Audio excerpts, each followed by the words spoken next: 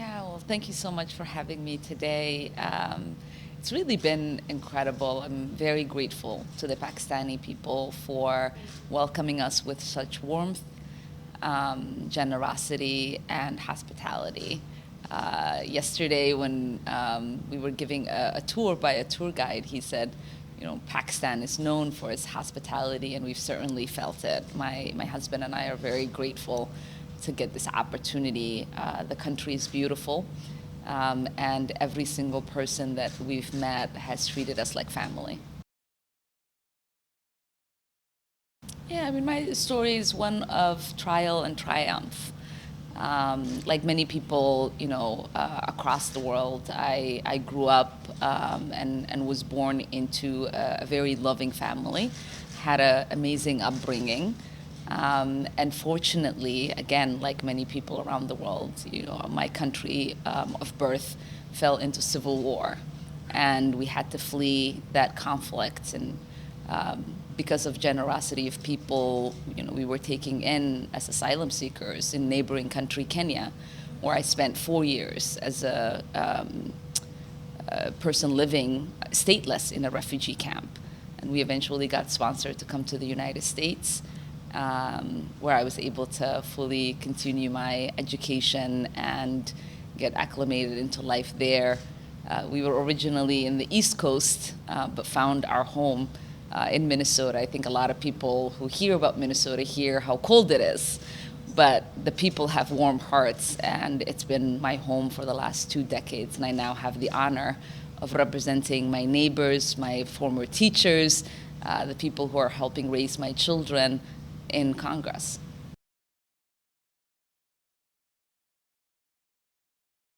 I mean, I think a lot of people would say I got lucky, but a wise person once said, luck is preparation when preparation meets opportunity.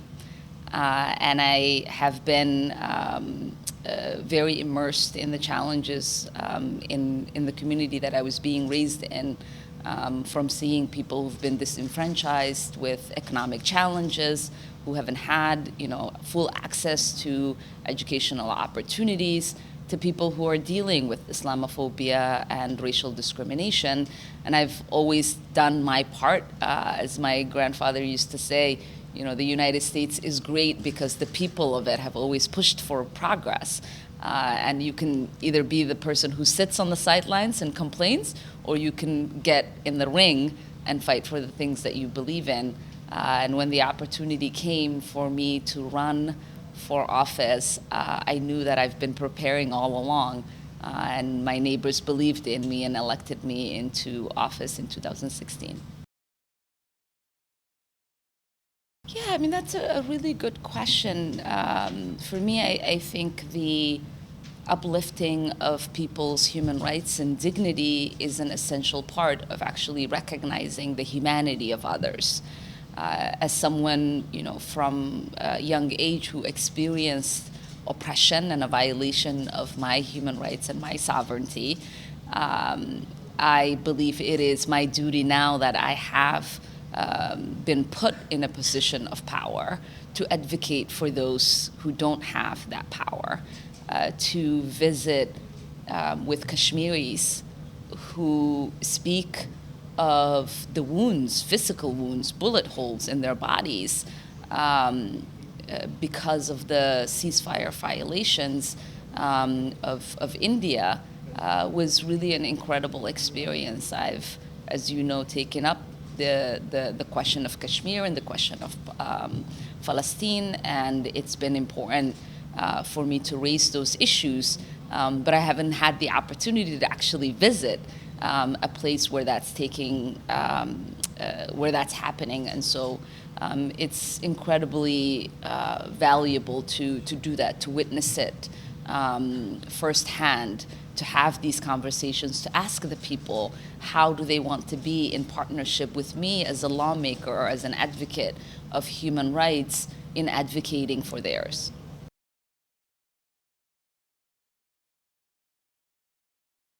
Of course, when we're in Congress in the United States, many times we speak about human rights violations around the world, and we use reports that come out from folks who report on human rights to get the actual opportunity to speak with people whose human rights are being violated, who have experienced violence themselves,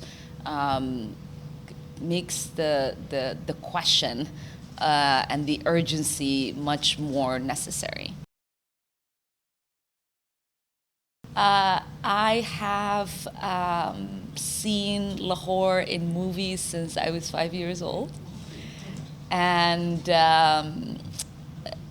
have watched movies that have been made about Akbar the Great, and to actually now be in Lahore, to experience Punjab culture, to experience their hospitality.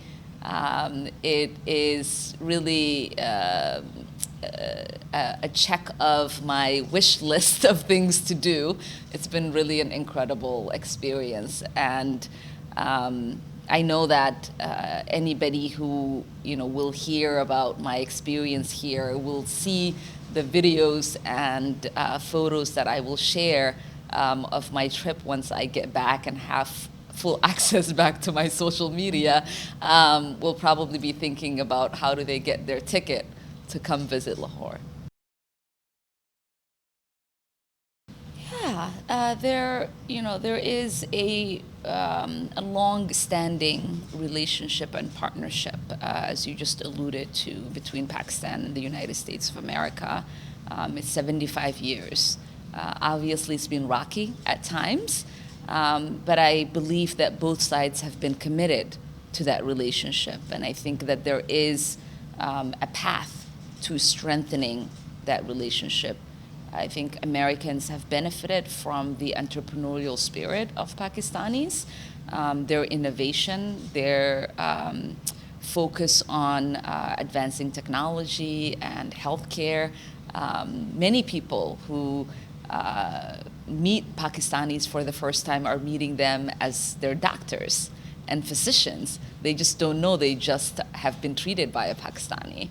And I think that continuing these sort of person-to-person connections and relationships will ultimately strengthen our diplomatic relationship. And I think it needs to be one that is centered in full partnership, one that is equal, one that is mutually beneficial. We have a huge diasporic Pakistani community in the United States, and I know that they are eager to strengthen that relationship too. And I look forward to not only having a conversation with the Biden administration, but also having a conversation with the Pakistani diaspora on ways that I can work with them to strengthen their relationship and their exchange in bringing back resources, whether it's knowledge, whether it's business connection, whether it is investment in educational opportunities here. I've also been really incredibly humbled by the generosity of political leaders in Pakistan who have put their political differences aside to create a wonderful experience for us with ease. And I think many people who are reading about Pakistan, who have seen Pakistan in some TV shows, would be shocked to hear just how easy our trip has been, how incredibly joyful the people here are, and how there is a real commitment to a human connection. If I can just also share one really fascinating thing that I experience. I'm always someone who's looking at how do we create cultural harmony. And I think Lahore is sort of an example of that. Yesterday we were visiting a masjid. There was a Sikh temple next door. There is a Hindu temple also on the other corner, and there is a church on the other corner. So here's, in the center of Lahore, in four corners, there are people who are practicing 4 different faiths. And I think oftentimes when people think about Pakistan, that's not an image that they think of. And I think that's an experience that will enhance their understanding if they got the opportunity. Of course, in the United States, we are proud of the fact that we focus and have it enshrined in our Constitution that people have religious liberties. Yet we have shortcomings when it comes to society. I myself, as a Muslim living in the United States in the minority as a Muslim, have experienced discrimination because of my faith, and many Muslims in the United States do.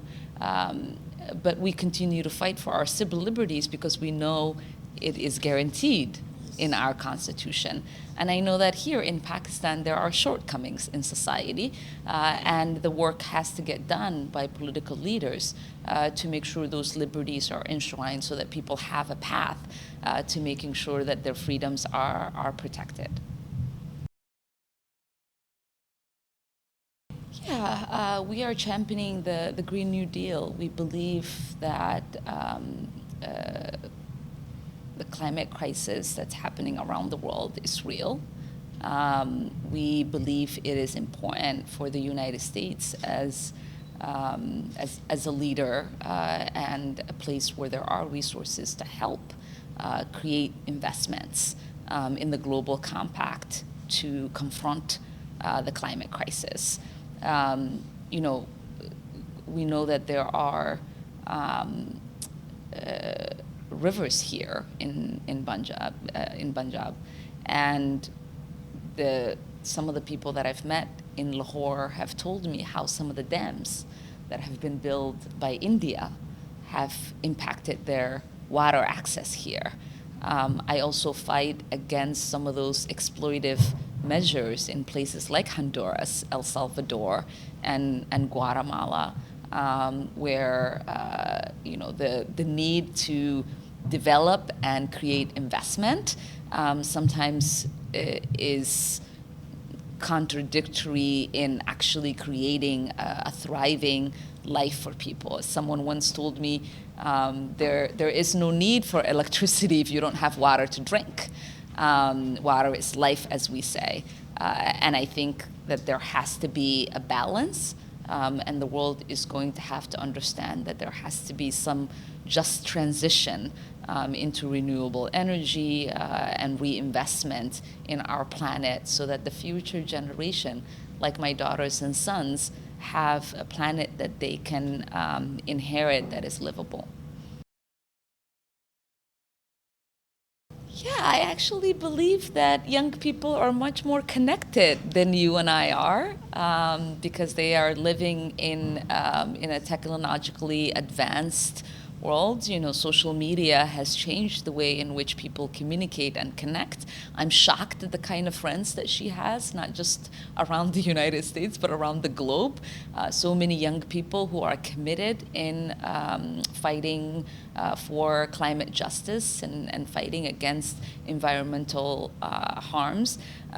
She's actually ignited my fight in this. I remember her coming to me years back and saying, "Mom, you have to prioritize environmental justice issues because I'm afraid that my youngest sister, who's now 8, who's now 9, might not be able to have a planet that is livable by the time she's graduating high school," and that urgency that young people have.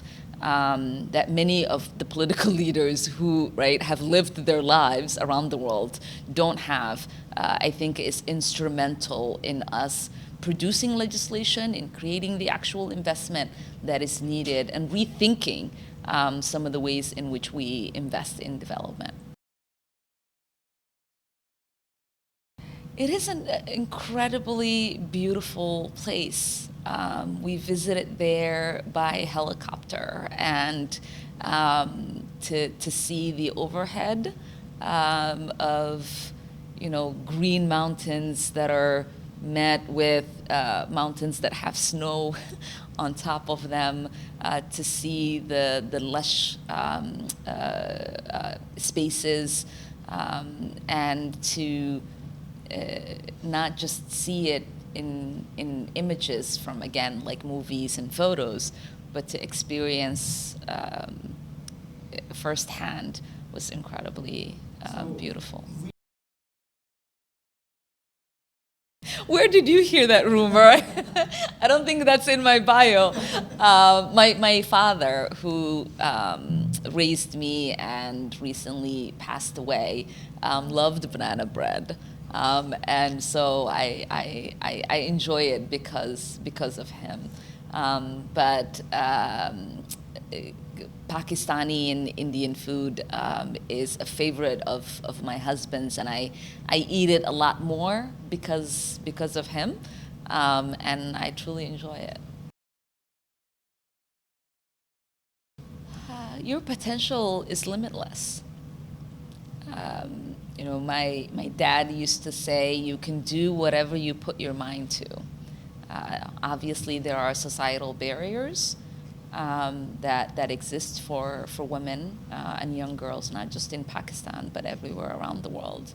And I think it's important for young women to internalize their own liberation, so that they can have the strength to fight for external liberation. And I hope that young girls and young women, and even older women, believe in their power and their ability to lead. Society will not change to favor us as women and girls if we ourselves do not favor ourselves. And only when we do that can we fight for our rights and the rights of others. I think participation in civil society, participation in electoral politics is essential, because when we are not at the table, we are on the menu. If we are not there pushing for the kind of investments our communities need, the acknowledgement of our rights and civil liberties, the desire to be seen as full members of our society, none of those things will happen if we ourselves are not fully participating. You can't complain about people not seeing you if you are not there to be seen. And I think for the diaspora that is important, but also in countries like Pakistan in itself, it's important for girls and women and minorities to also run for public office, to fully participate, to make sure that there is no discrimination that is happening against them as well.